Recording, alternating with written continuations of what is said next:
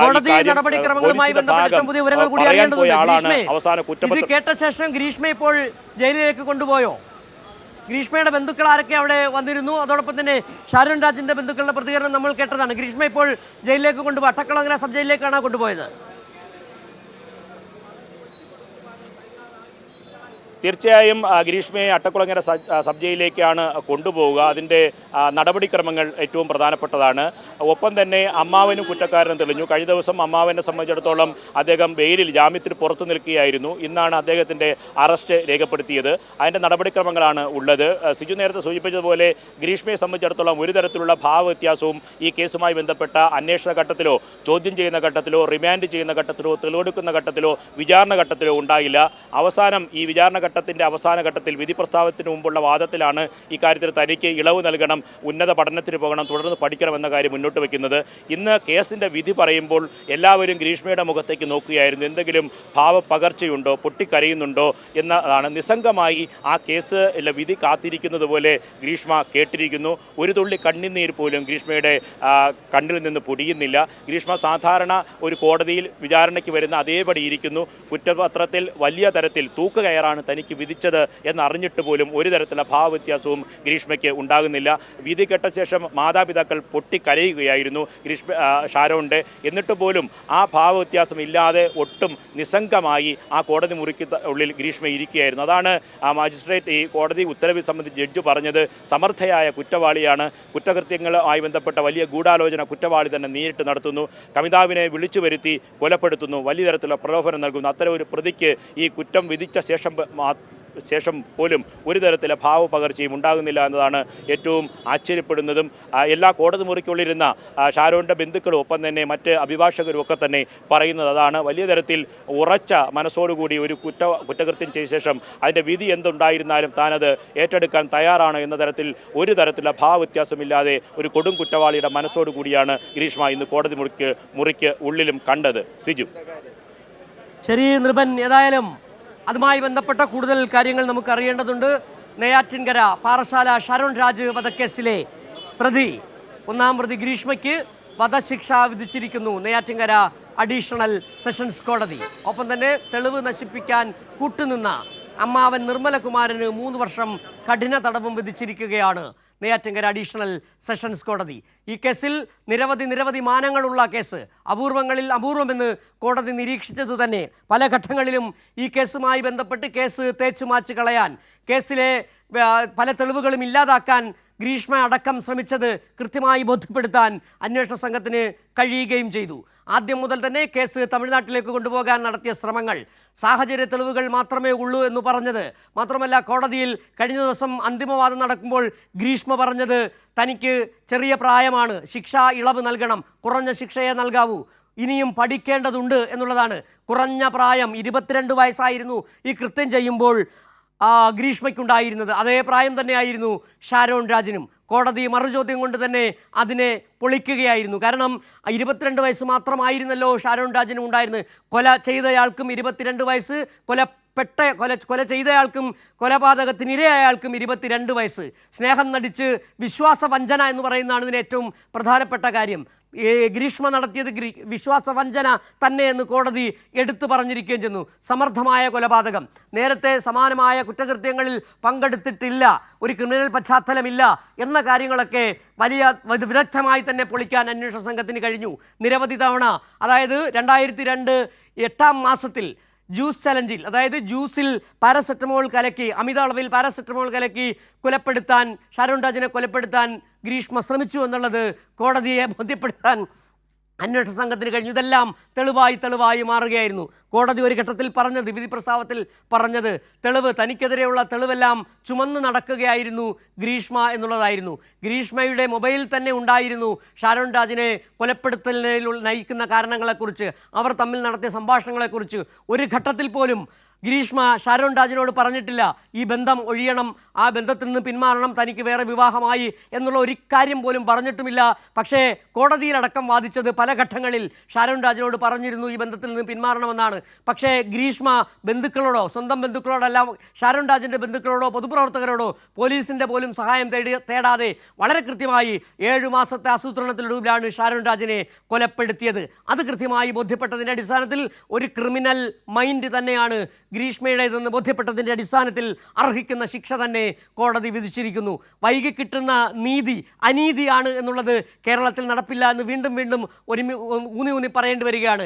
2022 അവസാനം നടന്ന ഒക്ടോബർ മാസം 25-ാം തീയതി നടന്ന ആ കൊലപാതകത്തിന് 2025 ജനുവരി മാസം 20-ന് തന്നെ വിധി പ്രഖ്യാപിക്കുന്ന തരത്തിലുള്ള വേഗത്തിലുള്ള നീതി ലഭ്യമാക്കാൻ കഴിഞ്ഞു. അത് കേരളത്തിലെ സംസ്ഥാന സർക്കാരിന്, സംസ്ഥാനത്തെ LDF സർക്കാരിന്, അതോടൊപ്പം തന്നെ പോലീസിന്, അന്വേഷണ സംഘത്തിന്, അതോടൊപ്പം തന്നെ മറ്റ് നീതിന്യായ സംവിധാനത്തിനൊക്കെ അഭിമാനിക്കാൻ കഴിയുന്ന നേട്ടമാണ്. കേരള പോലീസ് മാറിയിരിക്കുന്നു. പഴയ കൊളോണിയൽ കാലത്തെ ഇടിച്ചും ചവിട്ടിയും തൊഴിച്ചും കുറ്റം സമ്മതിപ്പിക്കുന്ന രീതിയിൽ നിന്ന് ശാസ്ത്രീയ തെളിവുകളുടെ വൈദഗ്ധ്യത്തോടെ കുറ്റം തെളിയിക്കുന്ന തരത്തിലേക്ക് അന്വേഷണ സംഘം മാറിയിരിക്കുന്നു. വരുംകാലത്തെ കേസ് തെളിയിക്കുന്നതിൽ ഇതൊരു മാതൃകയാകുമെന്നാണ് നേരത്തെ അന്വേഷണ ഉദ്യോഗസ്ഥൻ കൂടി പറയുകയും ചെയ്തത്. ഏതായാലും നെയ്യാറ്റിൻകരയിലെ പാറശാലയിലെ ഷാരോൺ രാജ് വധക്കേസിൽ പ്രതി 1-ാം പ്രതി ഗ്രീഷ്മയ്ക്ക് തൂക്കുകയർ തന്നെ വിധിച്ചിരിക്കുന്നു നെയ്യാറ്റിൻകര അഡീഷണൽ സെഷൻസ് കോടതി.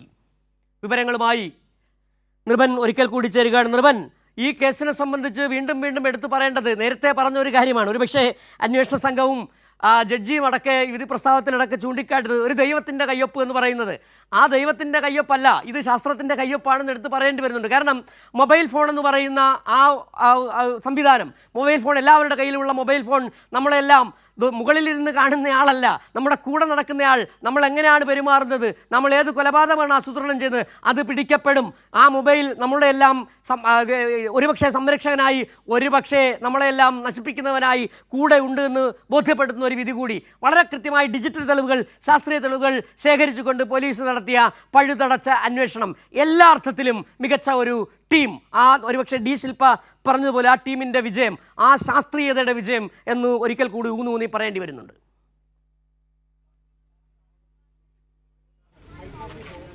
തീർച്ചയായും അങ്ങനെ തന്നെ ആണ് ഏറ്റവും പ്രധാനപ്പെട്ട കാര്യം. വിധി പ്രസ്താവന തന്നെ അതിന് ഉദാഹരണമാണ്. നമ്മോട് നേരത്തെ തന്നെ വ്യക്തമാക്കിയതാണ്. അതേ കാര്യം തന്നെ അന്വേഷണ ഉദ്യോഗസ്ഥരും അന്നത്തെ അന്വേഷണ ഉദ്യോഗസ്ഥരായിരുന്ന ശില്പയടക്കം ഇന്ന് പ്രതികരിച്ചത് തന്നെയാണ്. ഒന്ന്, ഏറ്റവും അടിസ്ഥാനപരമായ കാര്യം പഴുതടച്ചുള്ള ശാസ്ത്രീയമായ അന്വേഷണം തന്നെയായിരുന്നു. രണ്ടാമത്തെ കാര്യം തെളിവുകൾ കോടതിയിൽ ഹാജരാക്കാനായി എന്നതാണ്. മൂന്നാമത്തെ കാര്യം സ്പെഷ്യൽ പ്രോസിക്യൂട്ടർ ശക്തമായി ആ വാദമുഖങ്ങൾ കോടതിയിൽ അവതരിപ്പിക്കാനും അത് കോടതി മുഖവിലേക്ക് എടുക്കുകയും ചെയ്തു. പിന്നെ അടുത്തുള്ള കാര്യങ്ങൾ എന്ന് പറയുന്നത് ഈ കേസ് അട്ടിമറിക്കാനുള്ള പ്രതിഭാഗത്തിന്റെ എല്ലാ വാദമുഖങ്ങളും പ്രോസിക്യൂഷൻ കോടതിയിൽ പൊളിച്ചു കടഞ്ഞു എന്നതാണ്. ശാസ്ത്രീയമായ തെളിവുകൾ, ഡിജിറ്റൽ തെളിവുകൾ, 323 വരുന്ന ഡോക്യുമെന്റ്സുകളാണ് കോടതിയിൽ പ്രോസിക്യൂഷന് ഹാജരാക്കാനായത്. ഇത് സംബന്ധിച്ച ശാസ്ത്രീയമായ തെളിവുകൾ ഒരു തരത്തിലും പ്രതിഭാഗത്തിന് പ്രതിരോധിക്കാൻ കഴിയുന്നതായിരുന്നില്ല. ഇത് കേസ് അട്ടിമറിക്കാനുള്ള അവരുടെ ശ്രമത്തിന്റെ ഭാഗമായി അവർ നടത്തിയത് നേരത്തെ സൂചിപ്പിച്ചതുപോലെ സിജു തന്നെ പലതവണ പറഞ്ഞ ഈ കേസ് തമിഴ്നാട്ടിലേക്ക് മാറ്റിക്കൊണ്ടുപോകാനുള്ള ശ്രമമായിരുന്നു. പക്ഷേ പ്രോസിക്യൂഷൻ സുപ്രീം കോടതി വരെ പോയി അത് വാദിച്ച് പ്രോസിക്യൂഷൻ അനുകൂലമായി ഇരയ്ക്ക് അനുകൂലമായി വിധി സമ്പാദിക്കാനായി എന്നതാണ്. അതോടെ തന്നെ ഈ കോടതിയിൽ പ്രതിഭാഗത്തിന്റെ മുന ഒടിയുന്ന സ്ഥിതിയായി. മറിച്ച് തെളിവുകളാണ്. ഒന്ന്, ഈ വിഷം ഉള്ളിച്ചെന്നതുമായി ബന്ധപ്പെട്ട തെളിവുകൾ അത് പൂർണ്ണമായി അവതരിപ്പിക്കാനായി, ഒപ്പം തന്നെ ഡിജിറ്റൽ തെളിവുകൾ പൂർണ്ണമായി തെളിയിക്കാനായി. ഇത്തരം കാര്യങ്ങളൊക്കെ തന്നെയാണ് ഈ കേസിൽ നിർണായകമായി മാറിയത്. അതുകൊണ്ട് തന്നെ ഈ കേസിനെ സംബന്ധിച്ചിടത്തോളം കേരള പോലീസിന്റെ അന്വേഷണ മികവിന്റെ അന്വേഷണ രീതിയിൽ അവരുടെ കാലഘട്ടത്തിൽ ഈ സമീപകാലത്തെ ഏറ്റവും വലിയ പൊൻതൂവലായി തന്നെ കണക്കാക്കേണ്ടി വരും. കാരണം എന്ന് പറയുന്നത് ഇക്കാര്യത്തിൽ ഈ ഇരയുടെ മാതാപിതാക്കൾ ആവശ്യപ്പെട്ട ഏറ്റവും പ്രധാനപ്പെട്ട കാര്യം എന്ന് പറയുന്നത് പരമാവധി ശിക്ഷ ആ കൊടും കുറ്റവാളിയായ ഗ്രീഷ്മയ്ക്ക് ലഭിക്കണം എന്നതായിരുന്നു. ആ കുറ്റം തന്നെ ആരോപിക്കപ്പെട്ട കുറ്റങ്ങൾ പൂർണ്ണമായി കോടതി അംഗീകരിക്കുകയും പരമാവധി ശിക്ഷയായ തൂക്കുകയർ തന്നെ ഗ്രീഷ്മയ്ക്ക് നൽകുകയും ചെയ്തിരിക്കുന്നു എന്നതാണ്. അത് പ്രോസിക്യൂഷന്റെയും അന്വേഷണ ടീമിന്റെയും ഏറ്റവും വലിയ വിജയമാണ്. അത് ഈ അന്വേഷണത്തെ സംബന്ധിച്ചിടത്തോളം ഈ കേസിന്റെ വിധിയെയും നിർണായകമായി സ്വാധീനിച്ചു എന്ന് തന്നെ പറയേണ്ടി വരും. മറ്റ് പ്രധാനപ്പെട്ട കാര്യം നേരത്തെ ഈ കേസിന്റെ ഇപ്പോഴത്തെ കാസർഗോഡ് DCP ആയിട്ടുള്ള അന്ന് അന്വേഷണത്തിന് ഉത്തരവാദിത്വം വഹിച്ച ക്രൈംബ്രാഞ്ച് ഉദ്യോഗസ്ഥയായിട്ടുള്ള ശില്പ ആദ്യഘട്ടത്തിൽ തന്നെ പാറശാല പോലീസ് ഈ അന്വേഷണ ഭാഗമായി വീഴ്ച പറ്റി എന്ന ബന്ധുക്കൾ ആരോപിക്കുമ്പോൾ തന്നെ ക്രൈംബ്രാഞ്ചിലേക്ക് കേസ് സർക്കാർ കൈമാറുന്നു. ഉടൻ തന്നെ ക്രൈംബ്രാഞ്ച് ഏറ്റെടുത്ത് 2-ാം ദിവസം ഗ്രീഷ്മയെ തിരുവനന്തപുരത്ത് കമ്മീഷൻ ഓഫീസിലേക്ക് വിളിച്ചു വരുത്തുന്നു.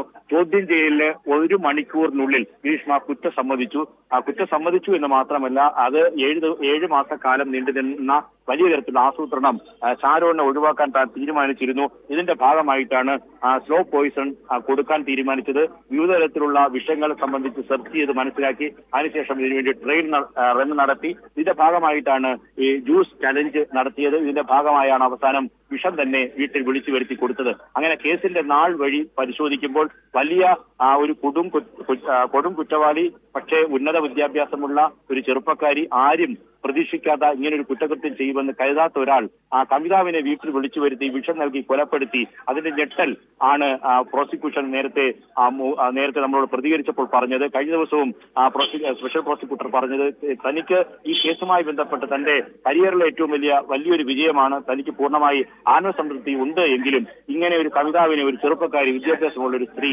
വിളിച്ചു വരുത്തി കൊലപ്പെടുത്തുന്നത് സമൂഹത്തിന് നൽകുന്ന സന്ദേശത്തിൽ തനിക്ക് വ്യക്തിപരമായ വിഷമമുണ്ട് എന്നതാണ്. അത് തന്നെയാണ് കോടതിയുടെ നിരീക്ഷണത്തിൽ നിന്ന് വായിച്ചെടുക്കേണ്ടത്. പലതരത്തിലുള്ള നിരീക്ഷണങ്ങൾ നടത്തിക്കൊണ്ട് സമർത്ഥയായ കുറ്റവാളി കുറ്റകൃത്യത്തിന്റെ തെളിവുകളെല്ലാം കൈവശം സൂക്ഷിച്ച് പിടിക്കപ്പെടില്ല എന്ന് കാത്തിരുന്നയാൾ കവിതാവിനെ വലിയ തരത്തിൽ നിഷ്കളങ്കമായി വിശ്വസിച്ച ഒരാളിനെ അസമർത്ഥമായി ചതിച്ച് കൊലപ്പെടുത്തിയാൽ ഇത്തരത്തിലുള്ള വലിയ തരത്തിലുള്ള നിരീക്ഷണങ്ങളാണ് കോടതിയുടെ ഭാഗത്ത് നിന്ന് ഉണ്ടായിട്ടുള്ളത്. സിജു. ശരി നൃപൻ ചേരുക. ഏതായാലും വലിയ തരത്തിലുള്ള ഒരു വിധി, കേരളം കാത്തിരുന്ന വിധി എന്ന് തന്നെ ഒരുപക്ഷെ പറയേണ്ടി വരുന്നുണ്ട്. നെയ്യാറ്റിൻകര പാറശാല ഷാരോൺ രാജ് വധക്കേസിലെ പ്രതി, 1-ാം പ്രതി ഗ്രീഷ്മയ്ക്ക് വധശിക്ഷ വിധിച്ചിരിക്കുകയാണ് നെയ്യാറ്റിൻകര അഡീഷണൽ സെഷൻസ് കോടതി. ഒപ്പം തന്നെ തെളിവ് നശിപ്പിക്കാൻ കൂട്ടുനിന്ന ഗ്രീഷ്മയുടെ അമ്മാവൻ നിർമ്മലകുമാരൻ നായരിന് 3 വർഷം കഠിന തടവും വിധിച്ചിരിക്കുകയാണ്.